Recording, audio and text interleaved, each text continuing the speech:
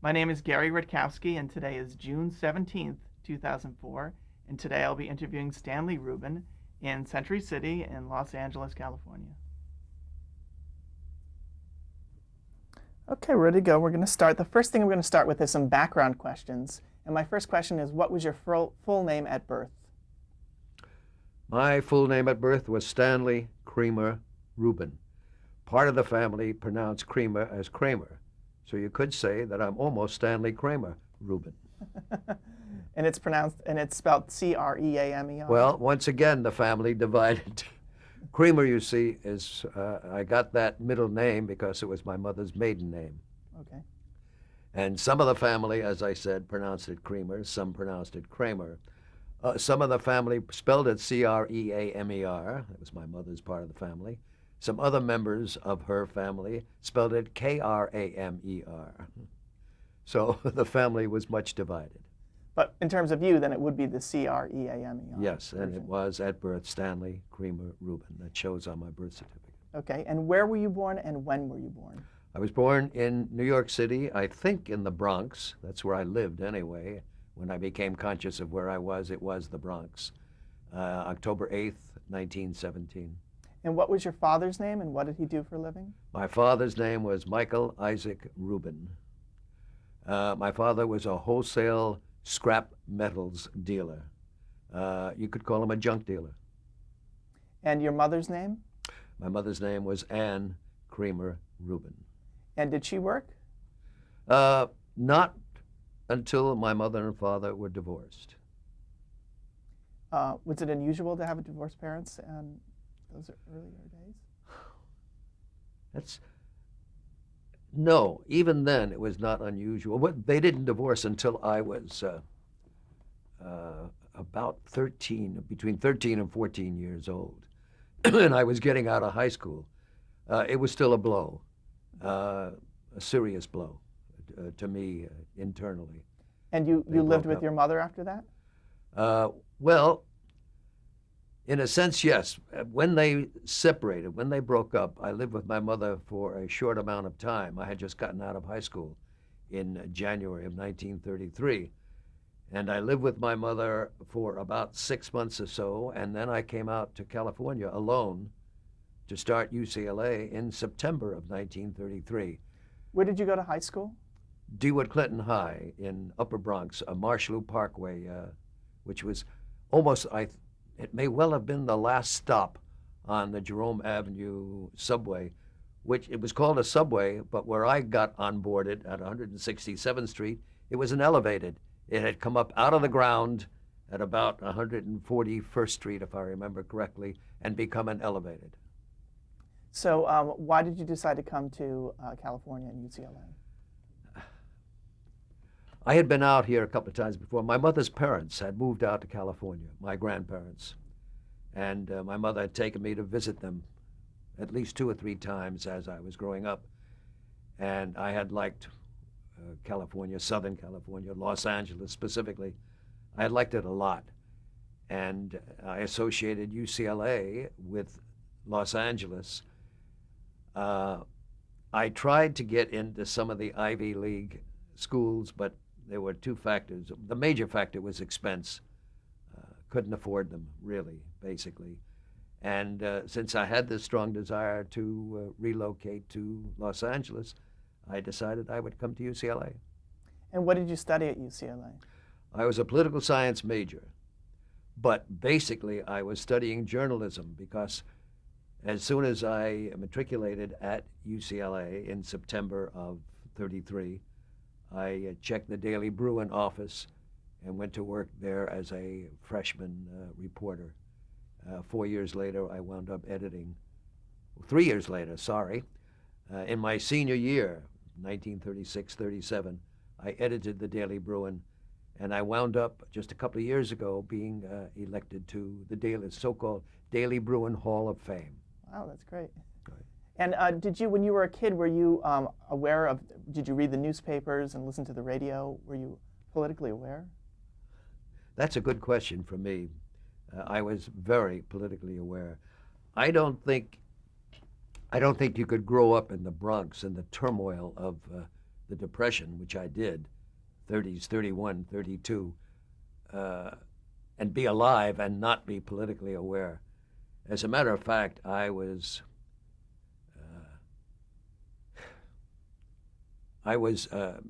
pretty much I think I'd have to call myself a rabble-rousing editor of the Daily Bruin. To continue that for a moment, there came a time when a professor of education at UCLA, and I remember his name very well, Frederick Wellner, who was a very popular guest speaker at luncheons around town, decided to declare himself as the right candidate for a position that had opened up for the state superintendent of education. And by this time, I was editor of the Daily Bruin, and I wrote an editorial saying this is a very important job in California, and what the job needs, referring to Dr. Wellner, what this job needs is a man with new ideas, not old jokes. Well, this didn't sit very well with a number of people, including students at UCLA, particularly a group which called itself the UCLA Americans. And so, led by a man named Max Rafferty, man named Max Rafferty, the Bruin football team, led by Max Rafferty, as I said, came up to the Daily Bruin office to kind of run me off the campus on a rail because I had shown such disloyalty as to write an editorial against one of our own professors. How close did they get?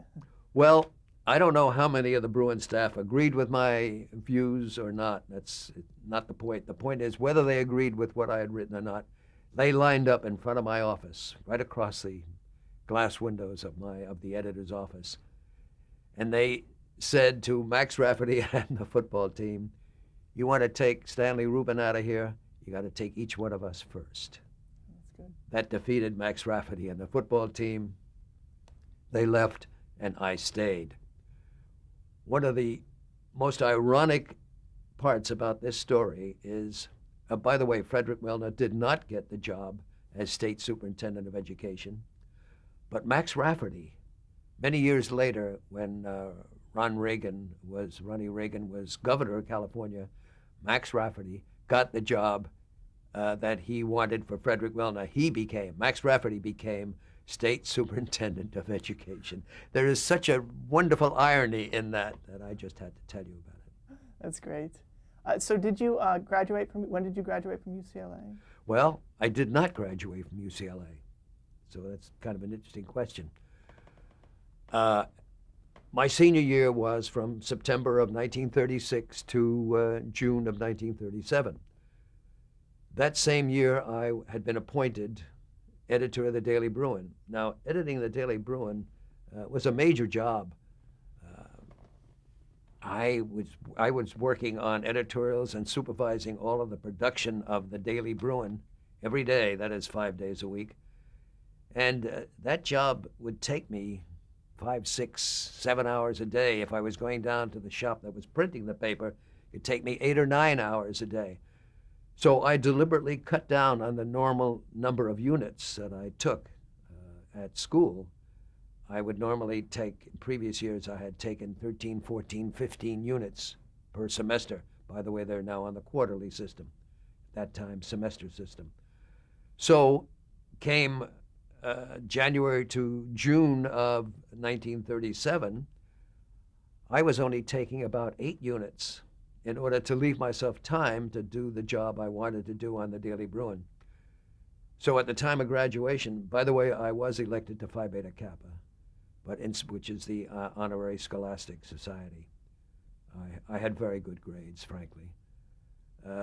But I was short about 8 units of graduation. I didn't want to come back for another semester at that time. I decided I would leave without my degree. And hopefully one day go back for it. I haven't done that yet, but I also haven't given up the idea of going back for it. And perhaps when I'm 90, I will go back to UCLA and get my BA degree. That sounds good. I hope you do. Now, did you, so you decided to go right into the workforce? Is that? That's correct. And so what did you do? Well, we were, the Daily Bruin was actually being printed, published in Beverly Hills at a newspaper called the Beverly Hills Citizen. The Beverly Hills Citizen was owned and operated, edited by a young man named Will Rogers, Jr., son of the very famous comedian, actor, public events commentator, Will Rogers. So, because I was down there on a very frequent basis with the publishing of the Daily Bruin there, I became very friendly with Will Rogers, Jr., and when I left school in June of 1937, he offered me a job as his assistant, which really meant his gopher, general apprentice, and I took it. So I went to work for the Beverly Hills Citizen and enjoyed it. Here I was finally, in a sense, in a small way, starting in journalism. At the same time, I was doing some writing. I did some magazine writing, and somehow I met a man who was a major executive at Paramount Pictures, Paramount Studios, and we became friendly. I was working for Will Rogers, Jr. at the time, pardon me, and he saw some of my magazine writings and asked me if I would like to go to work at a studio. And I was kind of intrigued with this. He talked about the possibility of a job in a department they had there then called Junior Writers, and that did interest me. By the time I left the Beverly Hills Citizen with full support from Will Rogers, Jr., and checked into Paramount Studios, a couple of weeks had elapsed. I got there and I went to see this man whose name was Manny Wolf. I reported into him and he said, "Hey, we're in a recession right now," and studios, by the way, go through those recessions regularly, and the junior writing department has been abolished. However, I can put you into the mailroom and if I remember the salary correctly, it was $35 a week, which in those days was a livable wage. I think $5 a week more than I was being paid as Will Rogers Jr.'s assistant. And I took the job. Can we backtrack for just a minute? What kind of things were you publishing in magazines? Was it fiction? Well, yes, there were a couple of stories, but there was also some nonfiction stuff, just articles. There was a magazine called, it was a Hollywood magazine called Rob Wagner's, I think it was called Rob Wagner's Script, but I'm not sure of the script part of that title. And I did a couple of articles for them just on things happening around town. And then I followed up, after I took the job at Paramount, I remember this one, I did an article for Rob Wagner's Script on what life was like in the mailroom of Paramount Pictures. So you never lost your reporter cap? Not really, no. I still thought of myself as a budding reporter, though that gradually dissolved into the mists of the fun of motion picture production. Can you talk about what the atmosphere was like on the Paramount lot when you were there? Well, one thing that I confronted was what Manny Wolf had said to me in his office, and that was they were going through, this was 1937, there was still some remnants of the Depression around, but the studios were going through one of their commonly recurring recessions. And so that was kind of a downer. But the studio itself, as a member of the mailroom, the great thing about it was that I got acquainted with the workings of a studio. I delivered memos and mail to every office on the lot and every department on the lot. So I began to know the various departments and who did what in the making of a motion picture. Many of the departments were involved directly in production, and many were behind the camera departments. But I learned who did what. I began to get the smell of politics at the studio, It was all very interesting to me. Did you witness any filming of any movies? Oh, sure, I would sneak onto a stage set at every opportunity. Did you have any favorites that you wanted to peek in on? No, but there is something I remember that I've remembered to this day. As I said, there was a recession among the studios at the moment, and Paramount was hit by that, as were most of the other studios.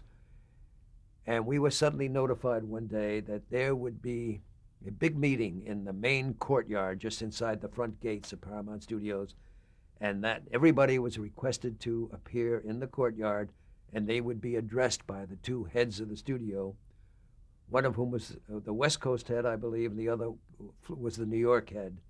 And the New York head was flying out, and they were going to address all the employees. I've never forgotten this. There we were, gathered in the courtyard, from mailroom guys like myself to stars working on the lot at the time. And one of the guy who flew out from New York, his name was Balaban. I can't remember his first name, but he was a major figure in Paramount Pictures. And he addressed the crowd, and he said, you all know we're having a little financial difficulties, little recession here in motion pictures, but we have thought about this very carefully, and we have come up with the answer to it, and I have the answer for you now, and I want to reassure you that from now on, we're going to only make hits. And I thought to myself, even at my tender age, that was one of the funniest remarks I had ever heard. Now, how did you end up getting out of the mailroom? Oh, I'd been in the mailroom perhaps 4 or 5 months, as I recall. I'm not sure that it could be 4 months, 5 months, might even have been, 6 months. And I was offered a promotion out of the mailroom and into the accounting department. Well, the last thing I wanted was to move into the accounting department. That's not where my interests lay. So since I'd become acquainted with all the departments, I knew the department that interested me, and that was the story department. And so I had also learned that the story department hired readers. They had what were called inside readers who worked on the lot, and outside readers who did piecework. And they were called story readers because what they did was they would take, handed to them by the studio, copies of new plays that were coming into New York, novel manuscripts, original story submissions, magazine, newspaper articles of various kinds and various lengths. They would do a synopsis of the given article, play, manuscript, and then a comment on whether they thought that this had the makings of a picture or didn't have the makings of a picture. Well, this sounded like interesting to me, and I thought very educational as to what was good for a picture and what wasn't good for a picture.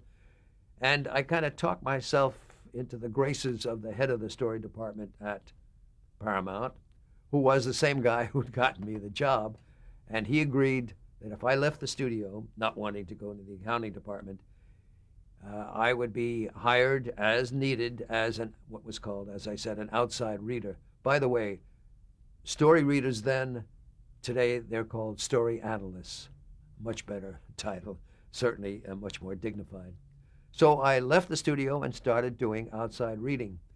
I also became acquainted through my connection at Paramount with the story editors at Goldwyn Studios, Universal Studios, RKO Studios. I remember the names of some of the story editors, as they were called, that I worked for then, and I began to get freelance assignments to story read and synopsize from each of those studios, and I was able to make, as a matter of fact, it was good living then, because far superior to the salary I was getting in the mailroom. So you didn't take the accounting job? That's, as I said, I think, the last place in the world I wanted to go. Not that I can't add 2 and 2, but simple math is about as far as I ever got. As a matter of fact, I remember going to a class in advanced algebra and fleeing in terror because I could not handle it. So, do you remember anything that you gave an opinion for that turned into a big hit that was accepted by one of these studios? That's a tough question because, this is going back. This was in. Now, did you cover, how many do you think synopses did you write in your tenure? Oh well, Dozens, hundreds?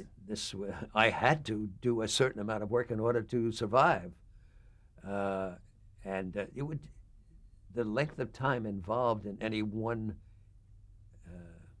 assignment would really depend. For example, you could cover a screenplay, an original screenplay submission. You could cover that pretty quickly. On the other hand, a novel manuscript might run 400 or 500 pages. That would take a lot more time to read it, thoroughly digest it, and do a competent, effective synopsis. I forgot, we also had to do, on top of the synopsis, a précis, a one-page summation of the project, and then the commentary. Much later, many, many years later, I can remember reading a book that had just come out. It was called The Untouchables. And I read that book very early. It was as if I were back in my reading days, though I was long past that. But I read this manuscript. It was not the manuscript, but it was a very early day of publication. And I thought there was a good picture in The Untouchables. And I went to my then agent, a man who was very prominent in my life through the years, named Ray Stark, who subsequently became a producer in his own right with his own production company. Told him about the book, The Untouchables, I had just read, and said they wanted $5,000 for a 6-month option, I believe. May have been a year option. And I asked Ray Stark if he would split the option with me so that we can control the property and I would start to develop it. And I handed him the book to read. This was very typical of Ray Stark. He said, "You like the book, pal?" I said, "Yes. Here it is, Ray. You read it and let me know if you're willing to split the option money with me." He said, "You got it, pal." I said, "Ray, you haven't read the book." Ray said, "Stanley, pal, I trust you. You like the book? I'll share the option. I'll go in for half the option money. Go get the option, go to work on it." Well, not too long after that, a few weeks after that, a major job opened for me. I can't remember now what it was. I think it was CBS. I'm not sure. And I went back to Ray Stark, and I said, "Ray, I'm going to take this job at the network because it sounds interesting to me. We still have some time left on the option on The Untouchables. I've done an outline, a treatment for a motion picture on it. I bequeath it to you. You run with it, and I'll take the other job." Well, in the end, Ray dropped the option on The Untouchables, which went on to earn probably more than $500 million, first as a feature picture or a television movie, I've forgotten which, then as I think a television series, and then as a movie, an actual feature. But I have never forgotten that I had the option on that property, nor did Ray. Let me take you back to Boy, that was a long answer to that question. When did you write your first screenplay? How did you get involved in writing? Well, that's easier to answer. I had finally gotten an inside reader's job. As I told you, I was doing outside reading for Paramount, and then for Goldwyn, and then for RKO, and then finally for Universal Pictures. The story editor there was a delightful man, a very nice man named Marshall Grant, who will play a role in any accounting I do of my so-called life story later. Marshall hired me to come into the studio and become an inside reader at Universal. And so I was doing that job at Universal and did that job for several months. And then, this is how luck has a play in any career, Marshall Grant was promoted by one of the executives, the major executive of the studio, promoted to the job of producing. And Marshall, who was now going to produce a movie, hired me as a writer. And that was my first job. I did an original screenplay, which Marshall Grant then produced at Universal. The original screenplay was called Mr. Dynamite.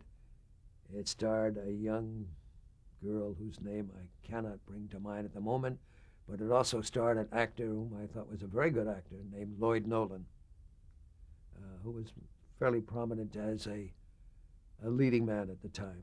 And what was it about? It was it was a melodrama, a thriller, and it was kind of patterned after the sort of picture that 39 Steps was. 39 Steps was a picture very prominent in my movie-going days and in my rankings of pictures that I had seen and liked. Could you describe Marshall Grant for me personally and professionally? Yes, I think so. Marshall was a very warm, very nice, very considerate man who had big dreams for himself, for his future, as a studio a producer and possibly eventually an executive in production. He was easy to talk to. He was easy to work with.